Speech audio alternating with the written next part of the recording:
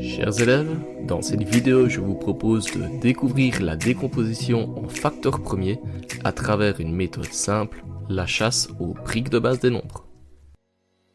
Prenons un nombre au hasard. Notre objectif est de le casser en morceaux, mais pas n'importe lesquels.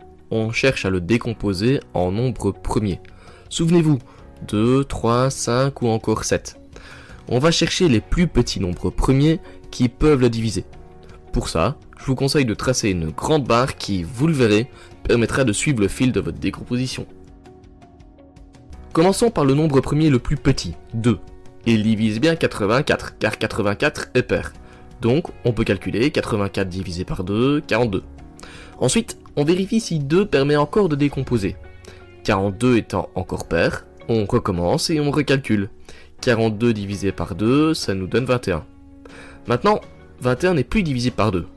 On passe donc au nombre premier suivant. Et s'il le divise, on calcule. 21 divisé par 3, c'est 7, c'est bon. 7 n'est plus divisible par 3. On passe au nombre premier suivant. 5. Malheureusement, 5 ne fonctionne pas. Ce n'est pas un diviseur. On passe donc au nombre premier suivant qui lui fonctionne et, après avoir calculé, on obtient 1. C'est l'objectif final. Cette décomposition nous permet donc de noter 84 est égal à 2 x 2 x 3 x 7. Ou, plus simplement, 84 est égal à 2 au carré x 3 x 7. Chaque nombre entier supérieur à 1 possède une seule décomposition en facteur premier. C'est un peu comme si chaque nombre avait une empreinte digitale unique, formée uniquement de nombres premiers.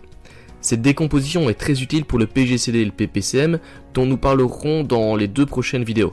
Elles servent également pour les fractions, mais ça c'est carrément un autre chapitre. Tu sais maintenant ce qu'est une décomposition en facteur premier et comment la réaliser.